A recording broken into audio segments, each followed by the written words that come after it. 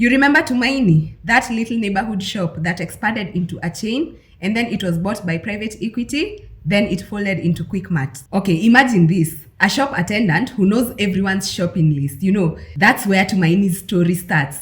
Small, local, in the estates, and honestly cozy. People loved it because it was convenient and cheap. The kind of place where you could run in, grab bread, and still have change for matatu. Tumaini started in the mid-2000s, around 2006, and it was built by Moses Ndatika, a man who literally learned the supermarket business from the ground up. He didn't start with a trust fund. He started working as an attendant, learned the rhythm of retail for years, and then began opening his own stores. Tumaini focused on neighborhood locations, not flashy malls, and that's how it grew. Small stores, essential stock, and people who trusted it. How big did it get? By 2018, Tumaini had around a dozen plus branches. Proper neighborhood domination. Nairobi, Kisumu, Kiambu, Kajiado. It was real life convenience for many Kenyans. Tumaini didn't just stay that safe neighborhood shop forever. In December 2018, a private equity firm, Adenia, through Sokoni Retail Kenya, they bought a controlling stake.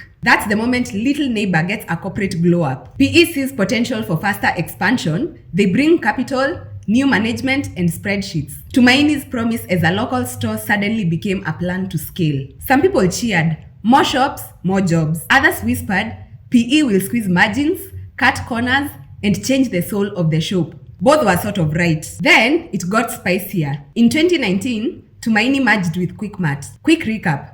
Quickmart was another fast-growing retailer started in Nakuru. The merged business took the Quickmart brand and began opening stores faster. The idea was scale, unify procurement, negotiate better supplier deals, and open new outlets faster than anyone else. After the merge, the combined group grew aggressively. For a moment, it looked like a master plan. Use the Tumaini footprint in estates plus Quickmart's city presence equals retail dominance. Let's be fair, some things worked. The merged chain could buy in bulk, lower prices, and open in spots the big players didn't care about. For customers, that often meant more convenience and competitive prices. But there's a pattern in retail.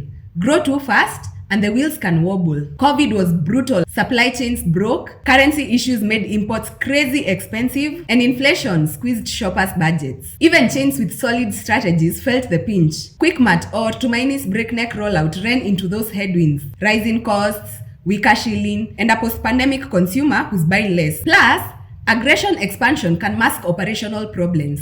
The inventory mismanagement, lease costs, and the constant pressure to hit aggressive revenue targets. Private equity wants growth, growth wants money. When the macroeconomic wind turns, that's when the stress shows. Some people were salty about the foreign PE buying a Kenyan homegrown brand. Some customers felt that the shops lost that Tumaini vibe. There were also the usual retail dramas, the staff complaints, occasional clashes with county regulators. Shops got raided or inspected in some towns during politically tense moments. And then also the general gossip that follows big change. There's no single corruption scandal tied to Tumaini that's been proven in court like we've seen with other giants. Most of the story is growth, restructuring, and the messy pains of scaling. Right now, Tumaini, as you knew it, mostly trades under the Quickmart banner. The PE plan was to build a national competitor, and they did expand. The scene has changed. There are fewer tiny Tumaini signs, more corporate rollouts, and a retail landscape dominated by Naivas, Quickmart, and Carrefour. So what's the lesson in this story? Retail in Kenya is a battlefield. Charm and community matter, but so do margins, suppliers, and cash. Tumaini's arc, the attender to owner, to private equity buyout, to merge, all that is the story of Kenyan aspiration meeting global capital. So yeah, that's it on Tumaini, and I hope you liked it. I'll see you guys in the next one.